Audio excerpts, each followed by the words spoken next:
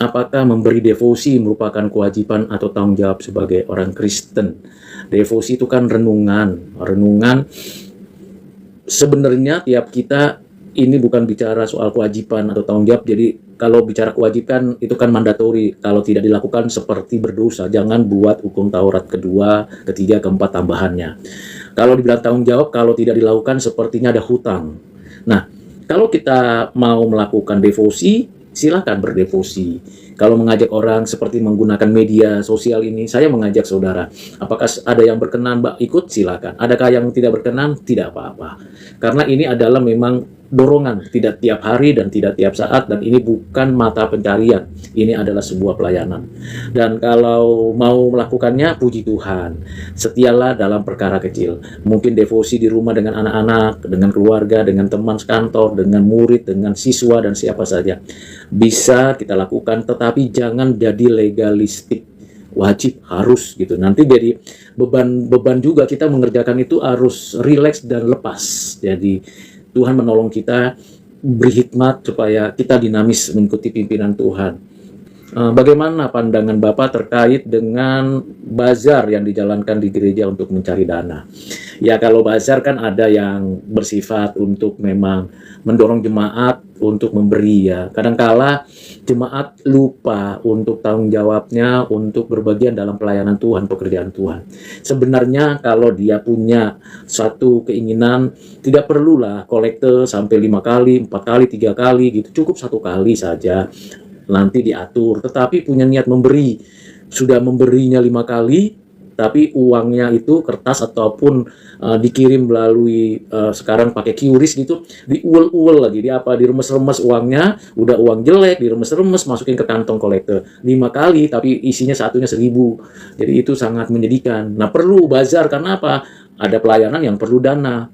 Nah, itu yang mungkin menjadi pendorong. Tetapi kalau tiap jemaat punya tanggung jawab, oh ini ada pelayanan, ada perlu biaya ini, maka tidak perlulah bazar, tidak perlulah jual beli semacam lelang seperti itu. Ini ada makanan 500.000 padahal modalnya 50.000 begitu.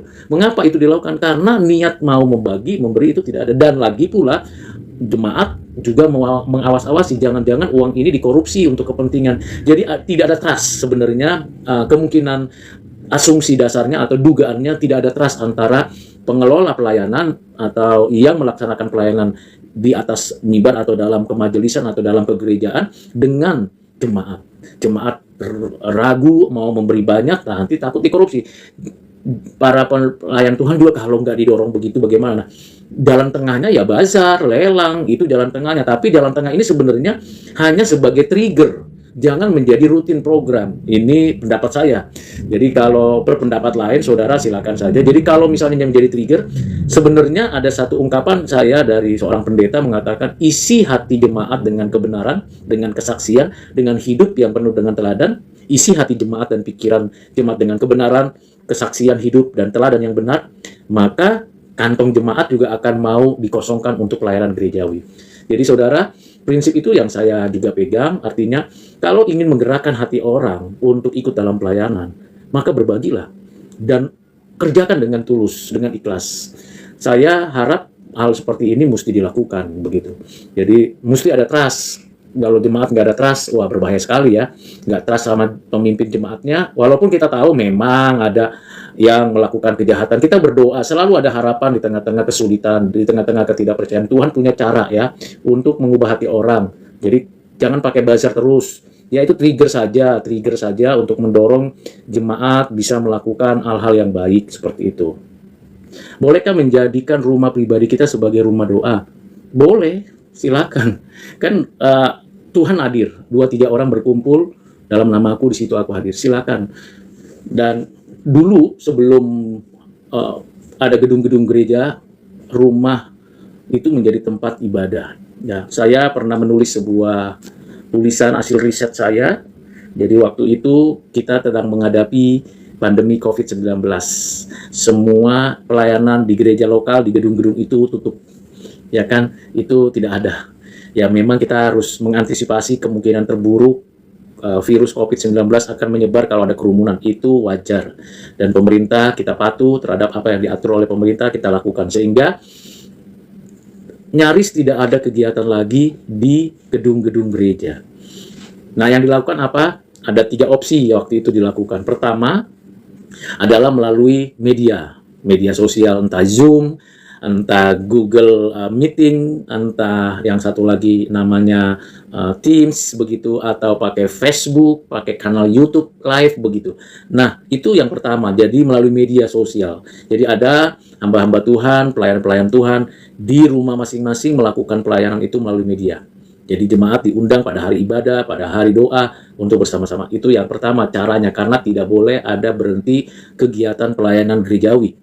Itu yang pertama. Yang kedua, ada cara yang menarik, yaitu di satu tempat, di satu kota, di satu desa, yang mana seluruh wilayah itu, atau paling tidak rumah berhadapan seperti ini di kampung itu ternyata adalah satu gereja, satu jemaat.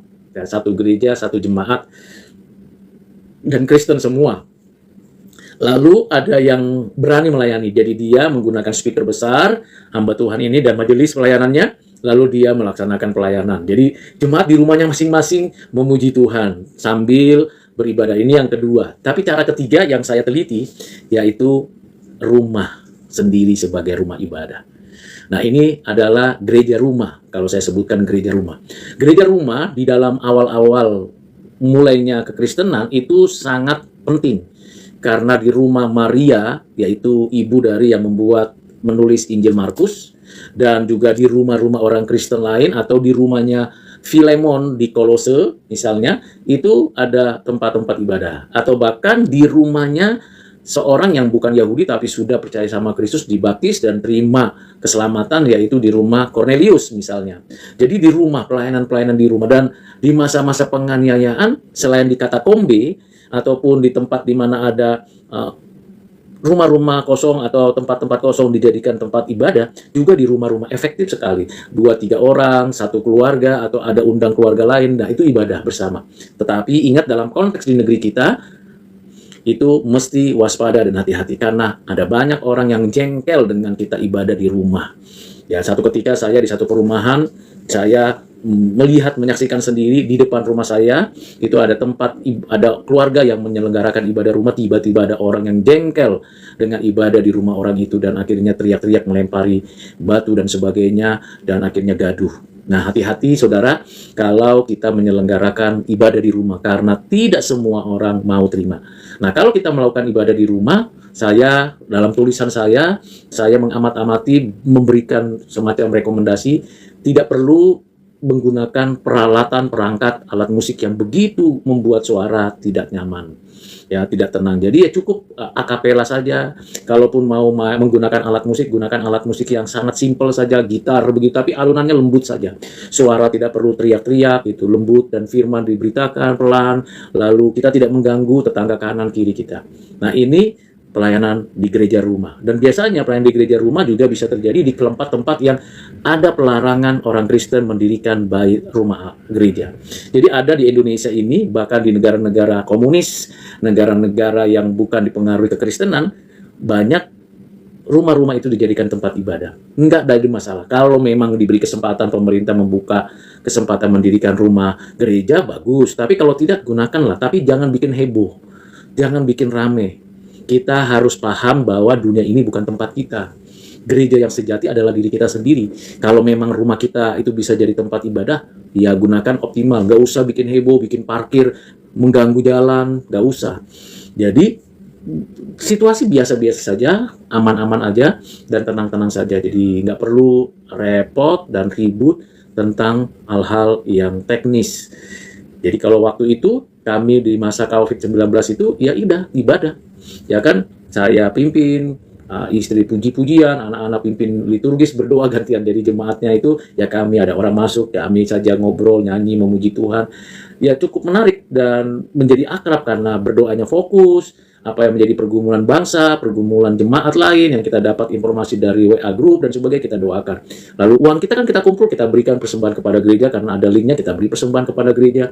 Kalau ada sisa, kita berikan kepada yang lain. Nah, itu menjadi kekuatan doa. Jadi silakan untuk melakukannya di masa-masa sekarang ya tentu kita bisa lakukan. Nah, bagaimana kalau perjamuan kudus? Nah, ini sebenarnya tergantung tata gerejanya, tager ya.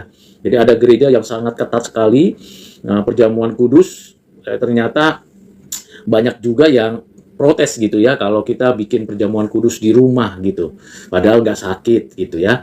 Nah, itu kalau waktu di ada gereja yang atau hamba Tuhan yang menolak, mesti di gerejanya, mesti komunitas. Ya, ketepatan waktu itu memang tidak bisa bersama, jadi perjamuan kudusnya ditunda sampai bisa bersama melakukannya. Yaitu adalah hak otoritas daripada pemimpin gereja atau pendeta atau hamba Tuhan yang melayani. Tapi ada juga yang terlalu terbuka. Jadi perjamuan kudus silakan dibuat gitu. Sembarangan, akhirnya tidak menghargai bahwa perjamuan kudus itu harus kita lakukan dengan penuh penghargaan kepada Tuhan. Jangan sembarangan juga. Jadi di sini perlu hikmat, perlu kehati-hatian, tetapi jangan menjadikan itu penghalang kita datang kepada Tuhan.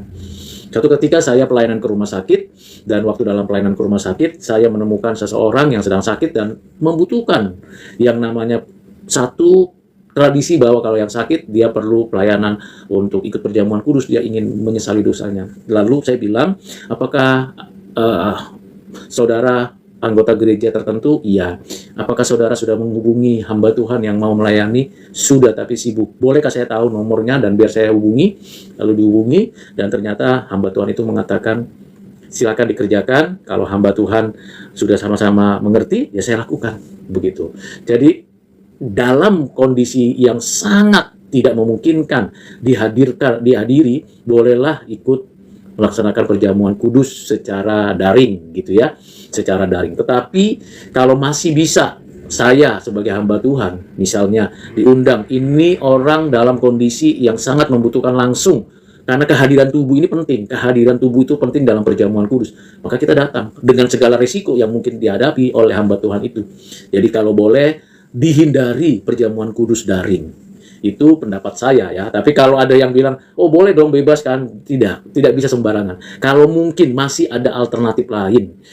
Jemaatnya kalau tidak bisa datang, pendetanya yang datang.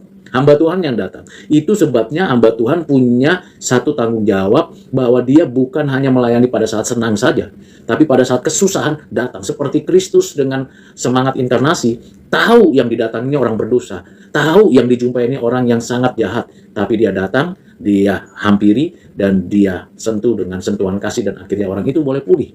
Jadi ikuti semangat inkarnasi Kristus, dan di sini tanggung jawab hamba Tuhan, tanggung jawab pejabat gereja, tanggung jawab daripada, seperti yang tadi saya katakan, ternyata apa yang dilakukan oleh satu hamba Tuhan yang datang ke kampung itu, ke tempat itu menjadi semacam peluang bagi kampung-kampung lain, tempat-tempat lain untuk menyelenggarakan perjamuan kudus. Hadir jemaatnya, serius mendengarkan khotbah, walaupun agak jauh karena jaraknya begitu jauh, satu kampung dengan deretan rumah yang begitu berbeda jaraknya, tetapi dengan semangat hamba Tuhan ini melayani, puji-pujian yang terjadi, dan terjadi juga perjamuan kudus secara langsung. Jadi usulan saya, pendapat saya, upayakan jangan daring. Upayakan daring. Pendetanya hamba Tuhan yang mesti datang. Kalau nggak mau datang, ya saya nggak tahu lagi mau bilang apa ya. Karena contohnya Tuhan aja datang kok. Tuhan saja datang kok. Begitu ya. Baik, itu saja jawaban saya.